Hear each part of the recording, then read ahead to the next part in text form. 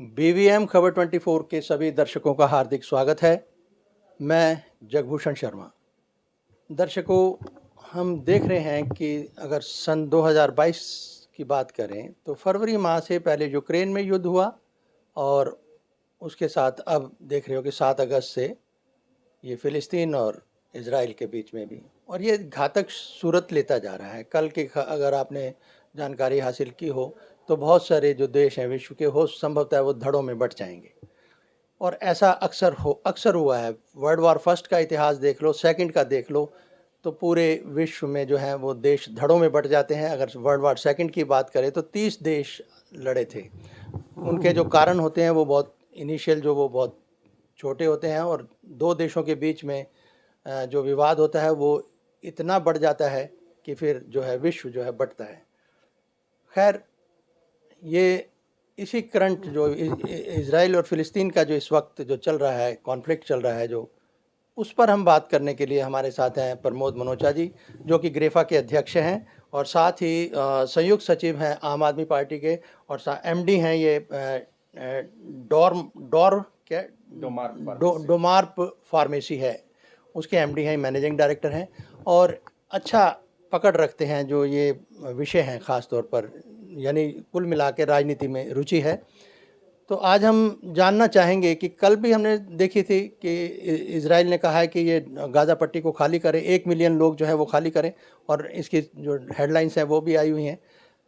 तो कुल मिलाकर युद्ध के किसी दौर में नियम होते थे कि सिविलियंस को तंग नहीं किया जाता, तो और आज सबसे ज़्यादा अगर देखें तो जो बाबू,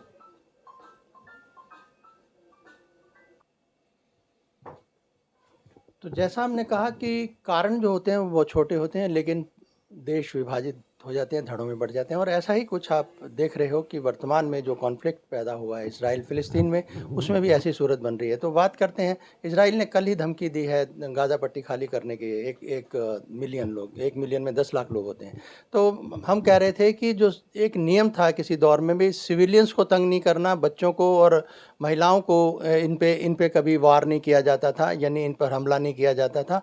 आज की जो हमारी मानवीय चेतना कह लें, या जिसे वो युद्ध की संस्कृति कह लें, वो बिल्कुल विपरीत हो गई है, उलट गई है। इसमें सबसे ज़्यादा नुकसान अगर होता है तो सिविलियंस को होता है, उसके आफ्टर मैथ्स के कारण भी, क्योंकि युद्ध होते हैं, महंगाई बढ़ती है, बहुत सारी चीज़ें, बहुत सारी दिक्कतों का सामना करना पड़ता है। खैर, हम अपने मुद्दे पे आते हैं।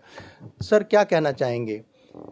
अरब लीग से लेकर और अब तक का जो हम इतिहास देखते हैं, 1945 में अरब लीग की स्थापना हुई। अरब लीग के उद्देश्य भी हम चर्चा कर लेंगे, लेकिन तब से लेकर और इज़राइल को मान्यता भी दी गई, और ना मानने वाले भी लोग हैं, यानी वो देश हैं, इस्लामिक देश हैं। और आज की स्थिति में क्या कहना चाहेंगे? अब ये दो देश हैं, आज भी कॉन्फ्लिक्ट में हैं। नमस्कार बीवीएम और खबर 24 के सभी दर्शकों को मेरा नमस्कार। ये जो विवाद है, इस विवाद को हम आज 1948 से जब ये जो इज़राइल और पैलेस्टीन का गठन यूएन रेजोल्यूशन के द्वारा हुआ था, हम यहाँ से नहीं ले सकते। इट्स ए कॉन्फ्लिक्ट ऑफ, जिसको बोलना चाहिए दुनिया का ये एक ऐसा कॉन्फ्लिक्ट है जो सिर्फ एक 35 एकड़ के प्लॉट के लिए हो रहा है। ओनली 35 एकड़, कैन यू बिलीव दैट? जिसके अंदर करोड़ों करोड़ों लोगों की जान जा चुकी है। वो 35 एकड़ की जगह क्या है, वो उसको समझें अगर हम, तो 35 एकड़ की जो जगह है, जिसको कहते हैं हर हयात, हिब्रू लैंग्वेज में जो उसको यहूदी लोग बोलते हैं, और हरम अल शरीफ के नाम से उसको इस्लामिक वर्ड में जाना जाता है। और तीसरा माउंट,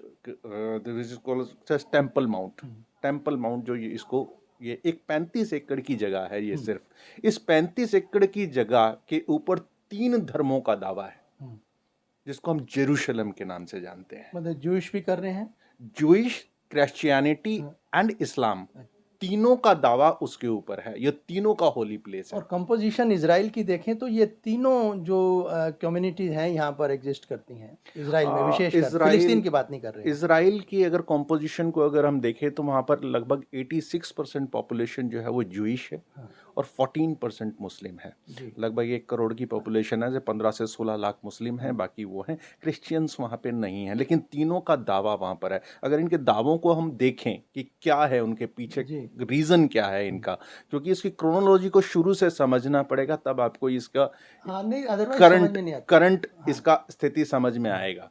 हम देखें तो सबसे पहले जो कहा जाता है कि ये जो इनका ज्यूइश का है, हाँ। यहूदियों का है। यहूदियों का दावा ऐसे है कि यहूदियों का एक जो हिब्रू बाइबल है, हिब्रू बाइबल के शुरुआत के अंदर ये लिखा गया है, जो उनका जो कॉन्ट्रैक्ट हुआ था बिटवीन गॉड एंड इब्राहिम, उन्होंने मेसोपोटामिया से इनको लाकर इब्राहिम को यहाँ बसाया था।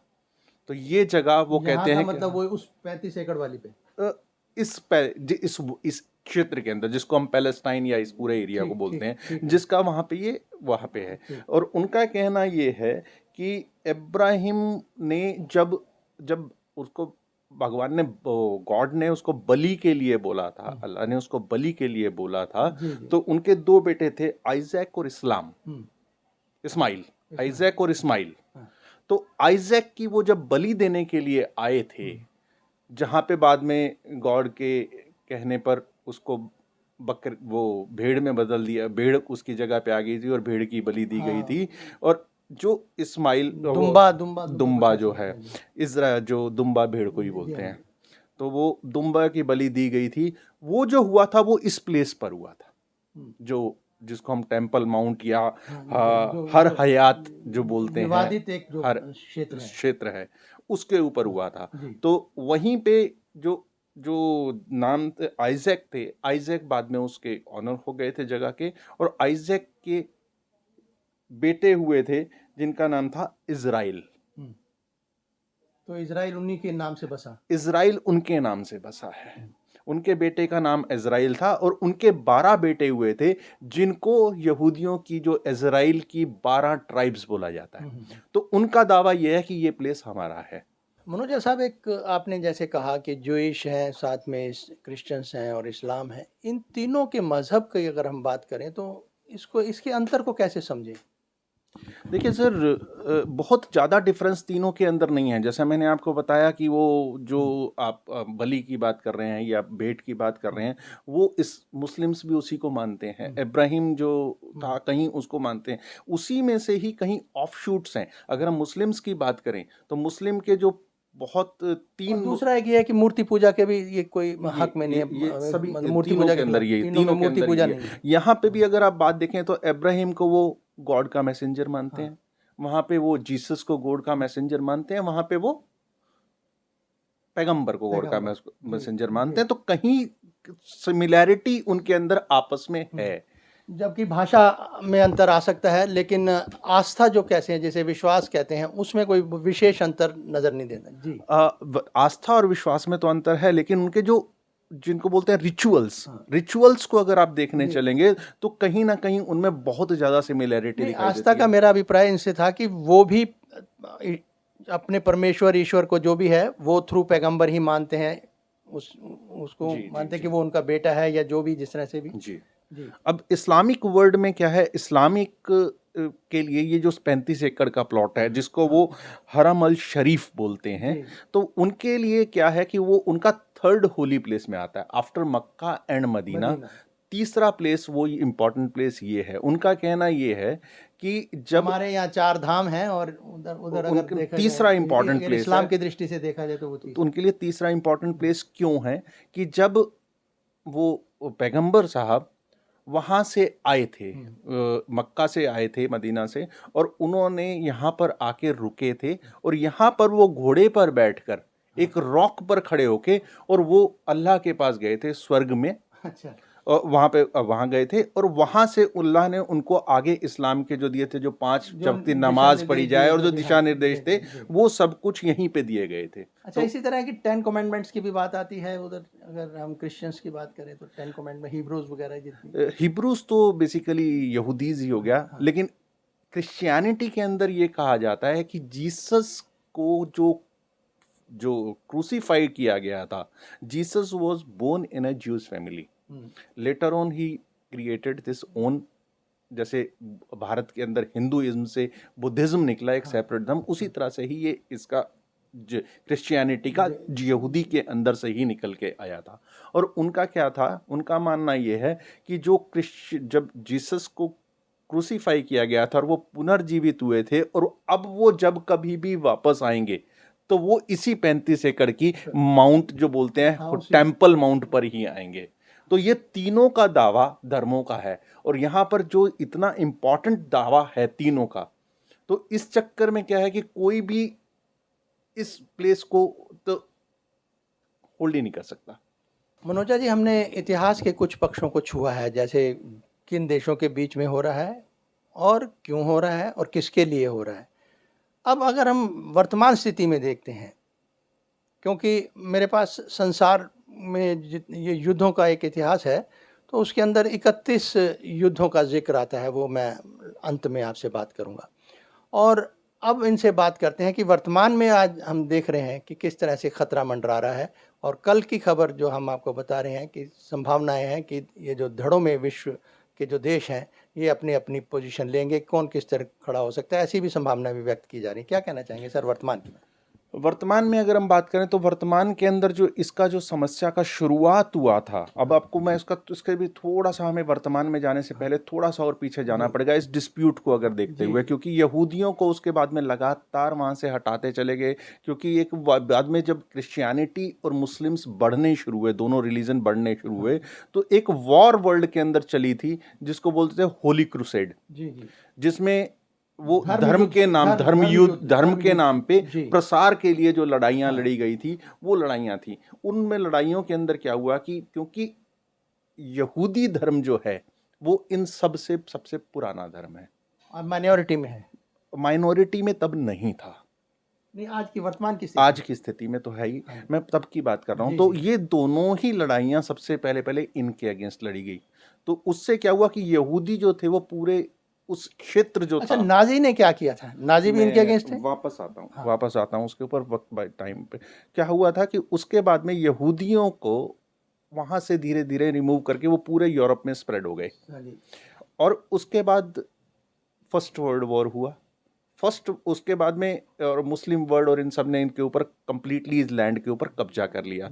बेसिकली देखा जाए तो इस जो हम जिसको बोलते हैं एरिया को, जो 35 एकड़ का एरिया है, इसके ऊपर कब्जा चलता चला आगे से आगे बढ़ता चला गया। और सन 1011वीं शताब्दी के आसपास मुस्लिमों ने इस पूरे क्षेत्र पर कब्जा कर लिया, और इस पूरे क्षेत्र को अंदर एक तो उन्होंने टॉम्ब ऑफ रॉक, जिस पत्थर के ऊपर खड़े होके गए थे, और एक अल अक्सा मस्जिद, दोनों का वहां पे रखा गया, और उस पूरे क्षेत्र का कंट्रोल वक्फ बोर्ड को दे दिया। ठीक है। पहली जब विश्व युद्ध हुआ तो उस समय यहूदियों का सपोर्ट लेने के लिए यूरोपियन वर्ल्ड ने उनको प्रॉमिस किया कि हम आपको आपकी जगह देंगे एक अलग से। यहां से इस कॉन्फ्लिक्ट की शुरुआत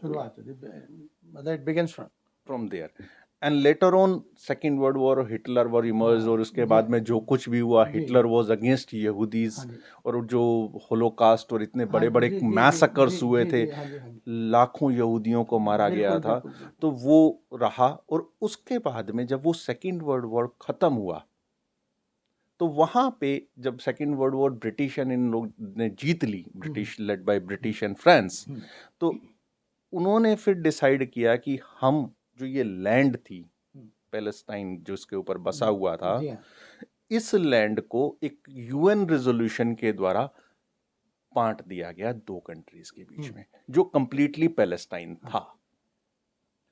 उन्होंने क्या किया, जिसको मैं आज भी कहता हूं कि 2 आईपीएल खेली थी अंग्रेजों ने। पहली आईपीएल 1947 में खेली थी, इंडिया पाकिस्तान बैठ के लंदन में बना दिया, और दूसरा इजराइल पैलेस्टीन बैठ के लंदन में बना दिया। ये 2 आईपीएल खेली गई जो आज तक वर्ल्ड के लिए नासूर बनी। इनका कोई समस्या का समाधान नहीं निकल रहा। लेकिन उस समय एक यूएन रेजोल्यूशन लाया गया था, उस यूएन रेजोल्यूशन के द्वारा ये डिवीजन कर दिया गया इसको, कंट्री को।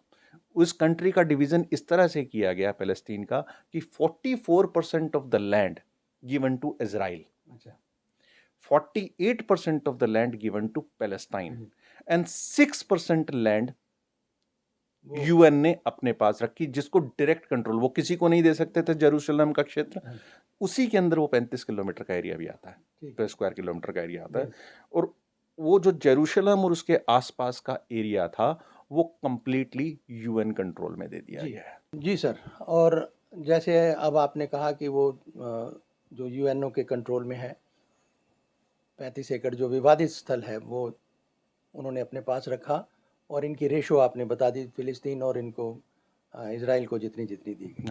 तो पैलेस्टाइन और इजराइल के बीच में उसके बाद में जब ये डिवीज़न किया गया तो इस डिवीज़न के बाद में most of the world, European world ने उसको अप्रूव कर दिया, और लेकिन अरेबियन वर्ल्ड ने इसको अप्रूव नहीं किया इस रिजोल्यूशन को। इसके कारण से, जिसमें से अभी तक भी अगर देखा जाए तो 34 countries including our neighbor Pakistan, they have not recognized Israel as a country. वो आज तक भी इसको पूरे को पैलेस्टीन ही मानते हैं। तो भारत की का स्टैंड क्या है? भारत का स्टैंड शुरुआत के अंदर ऐसा रहा था कि जब इस रिजोल्यूशन को पास किया गया था तो इस्लामिक वर्ल्ड के अलावा एकमात्र कंट्री भारत थी जिसने इसका विरोध किया था, लेकिन later on they recognised Israel as country. So we recognise as a country, we recognise Israel as a country.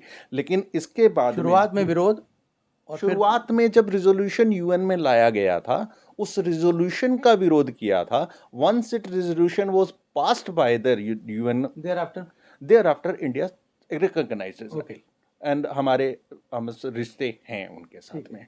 लेकिन अरब वर्ल्ड की 34 या 36 कंट्री, जिसको अरब लीग कहते हैं, उन्होंने प्लस पाकिस्तान ने अभी तक इजराइल को रिकॉग्नाइज नहीं किया है, अभी तक टिल टुडे।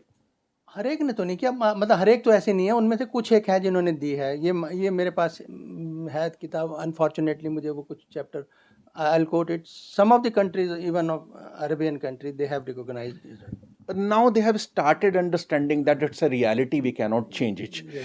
लेकिन करंट कॉन्फ्लिक्ट के बारे में आते हैं कि करंट कॉन्फ्लिक्ट का कारण क्या है, क्योंकि ये कॉन्फ्लिक्ट 1948 में जब इसको किया गया था, 1948 के बाद में 1948, 56, 67, 73, 82 इतनी वॉर लड़ी गई हैं, जिसमें 67 की वॉर सबसे बड़ी वॉर थी, जिसको 6 days वॉर कहते हैं, जिन्होंने 6 कंट्री ने मिलकर इजराइल पर हमला किया था और 6 दिन में इजराइल ने सबको हरा दिया था, मतलब other were defeated, other was defeated. अब इसमें क्या है कि ये जो आज के कॉन्फ्लिक्ट का कारण क्या है, आज के कॉन्फ्लिक्ट का कारण क्या, जब कभी भी ये वॉर हुई, चाहे वो 48 में हुई, 67 में हुई, 56 में हुई, 73, 82, हर बार इजराइल ने जब अफगानिस्तान पैलेस्टीन पर अटैक किया उसका कुछ हिस्सा अपने पास ले लिया। And now the situation at the ground is that 82%, 88% of the land is with Israel, जो 44 था वो अपने साइज को डबल कर चुके हैं, and only 12% लैंड पे पैलेस्टाइन बचा है। इजराइल इज एनेक्सिंग, एक वर्ड आता है अंग्रेजी का एनेक्सिंग, उसे कहते हैं कि हड़पना।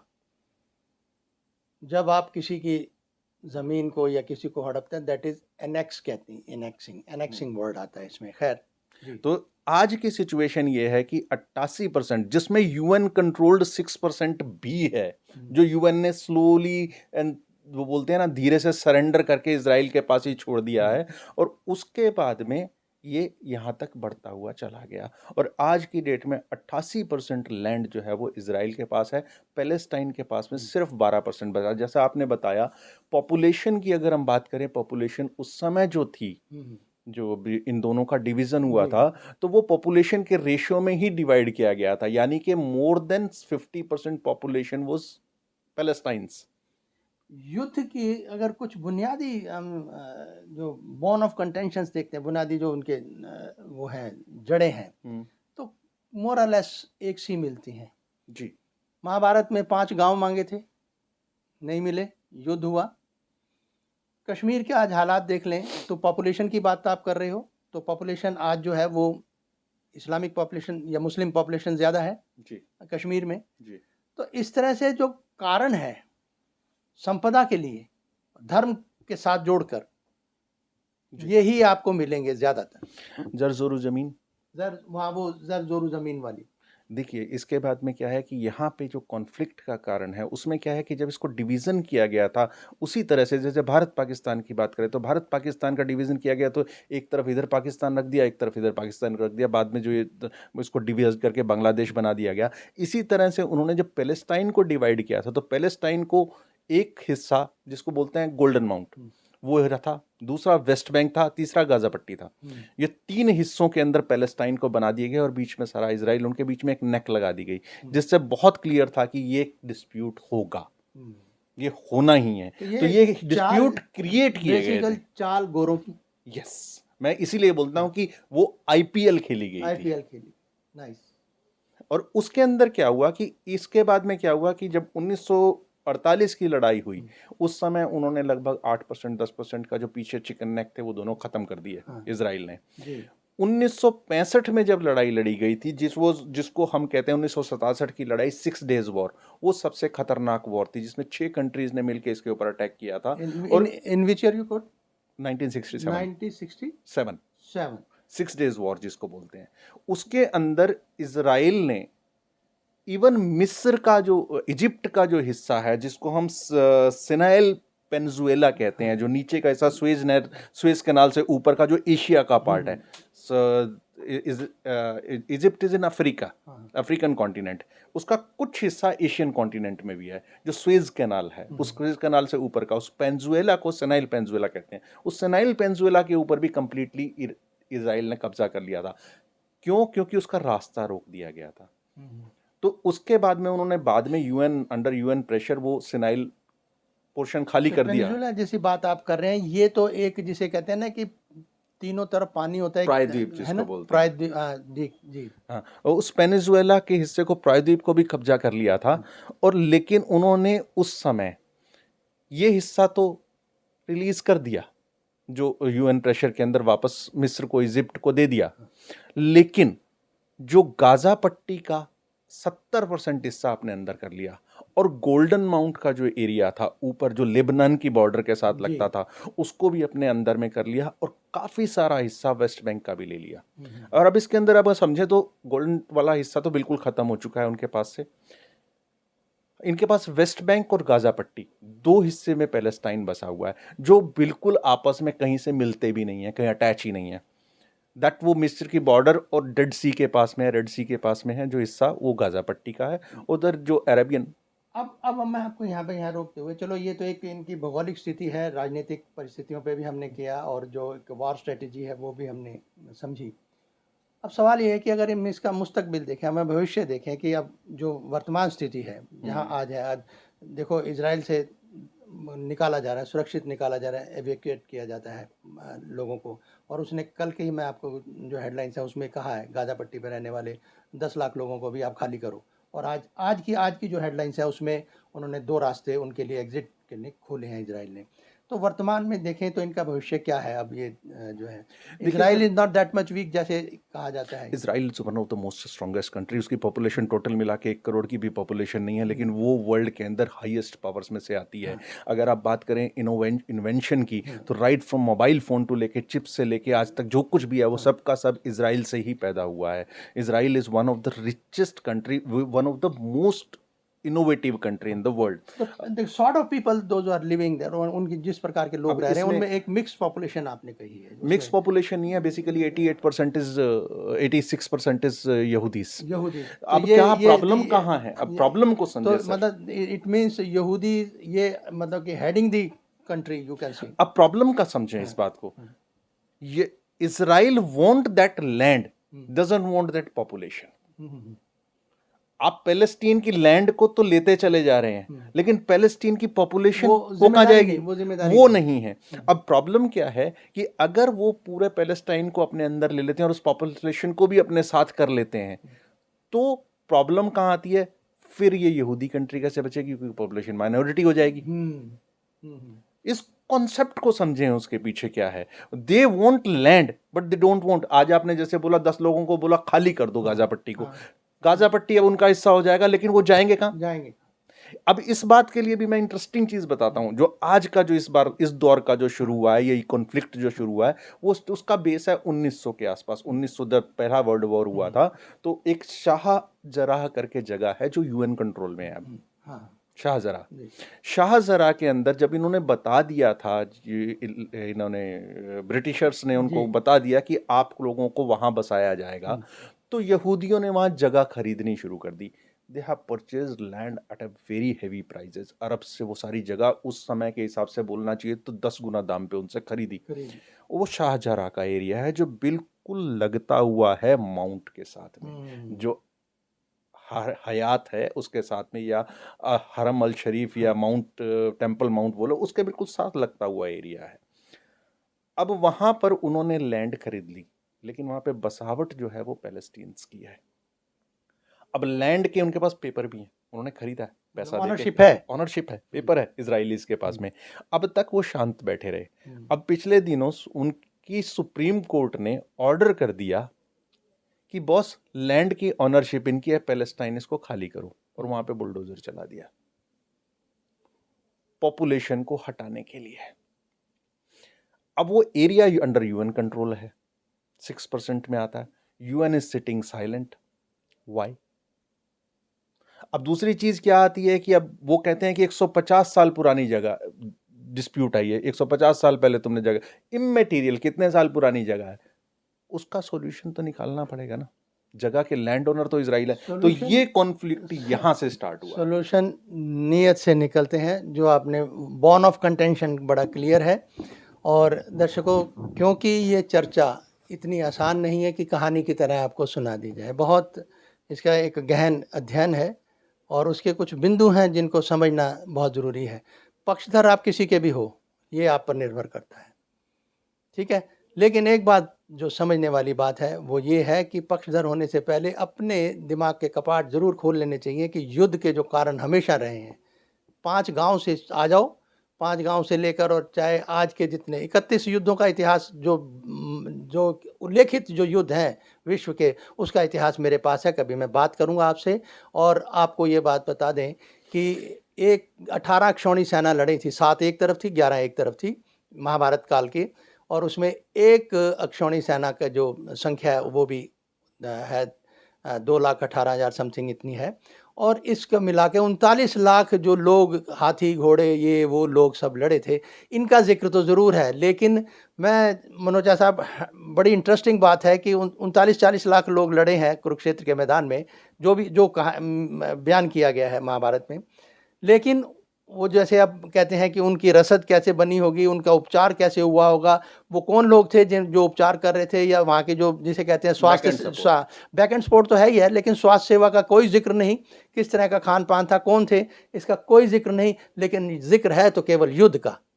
हाँ, तो अभी करंट की सिचुएशन की बात कर रहे थे, तो हम उसी पे ही आते हैं वापस कि अभी की सिचुएशन क्या है। अभी सिचुएशन ये है कि गाज़ा पट्टी को खाली करने का आपने जैसे बताया आदेश दे दिया गया, और गाज़ा पट्टी से वहाँ से एक फिर से एक मूवमेंट होगा, पब्लिक वहाँ से जाएगी, और उसके बाद में उस गाज़ा पट्टी को भी ऐसे ही बना दिया जाएगा, इवैक्यूएशन तो है, इवैक्यूएशन हो जाएगा, और उसके बाद में फिर क्या होगा, उस लैंड के ऊपर भी कब्जा हो जाएगा। तो अभी जो करंट सिचुएशन, जो आज की डेट में लैंड होल्डिंग कंट्रोल की बात करें, तो वो ये है कि 12% is with Palestine, 88% is with Israel.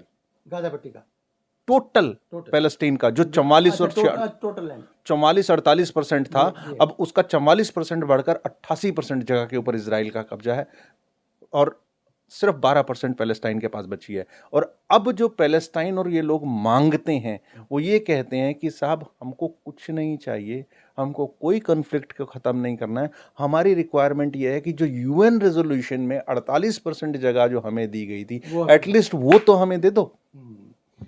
जो यूएन रेजोल्यूशन का, ये रेजोल्यूशन भी देखो कितने मज़ेदार होते हैं, बहुत सारे हमारे यहाँ पर भी हमें आप देखोगे, पंचशील से शुरू हो जाए और पता नहीं कितने कितने जो हैं वो सारे वो पास हुए हैं, रेजोल्यूशन पास हुए हैं, उन पर क्या क्या रिएक्ट हुआ। अलग से मैं बता रहा हूँ कि चर्चा, जो राजनीतिक चर्चा है, बहुत कॉम्प्लिकेटेड है, तो इस पर आज की चर्चा में हम ज़्यादा इसको विस्तार नहीं देना चाहते। तो सिर्फ इतना ही बताएंगे, कहानी 5 गाँवों की हो, या जैसे इजराइल और इसके गाज़ा पट्टी की हो, या आज हम हर एक POK की बात कर लें, है, पाकिस्तान ऑक्युपाइड कश्मीर की कर लें, कहीं ना कहीं आपको मिलेंगे जो बोन ऑफ कंटेंशन है वो मोर और लेस सेम मिलेंगे। ये युद्ध जो है ताकत और कमज़ोर के बीच में होता है, मतलब ताकतवर और कमज़ोर के बीच में होता है, और निश्चित है कि जो ताकतवर होता है जीत उसी की होती है। फ़िलहाल हम ये कहेंगे कि शांति जो है वो कैसे बरकरार की जाए। और एक चलते चलते मैं एक छोटी सी एक परिभाषा और भी देना चाहूँगा। संस्कृति बहुत दुहाई देते हैं, हर एक कोई कहता है, हर एक दिस इज़ अवर कल्चर और ये वो। हम थोड़ी सी बात करते हैं किसी भी समाज में निहित उच्चतम मूल्यों की जो चेतना है, जिसके अनुसार वह समाज अपने जीवन को ढालता रहता है, उसको हम संस्कृति कहते हैं। अब ये देखना है ये कि युद्ध की संस्कृति क्या कहती है, और जो वार एंड पीस लिखा गया है, ठीक है जी जी जी जी सर। और युद्ध और शांति की जो संस्कृति है वो क्या कहती है। और ये खेल जो है निष्क्रमण और अतिक्रमण के बीच में है। निष्क्रमण कहते हैं मतलब खाली करना किसी को, अतिक्रमण कहते हैं उस पर कब्जा करना। तो ये दोनों के बीच दो ही शब्दों का ही वार है। तो आगे भी बात चलती रहेगी। थैंक यू, धन्यवाद आपका। आपने बिल्कुल सही कहा सर, ये निष्क्रमण और अतिक्रमण का वार है, और इसके अंदर जब धर्म का इनपुट दे दिया जाता है, थोड़ा सा तड़का दे दिया जाता है, और तो वो और उकसाने भी के लिए दिया जाता है, वो उकसाने के लिए और भी बड़ा रूप ले लेता है। और थैंक यू वेरी आप मच। धर्म और धर्म की भी परिभाषा समझो, धर्म को भी समझो, आस्था और इन सब की जब तक बुनियाद ईश्वर को मानो, लेकिन ईश्वर को जानना भी जरूरी है। बहुत बहुत धन्यवाद, नमस्कार, फिर मिलेंगे।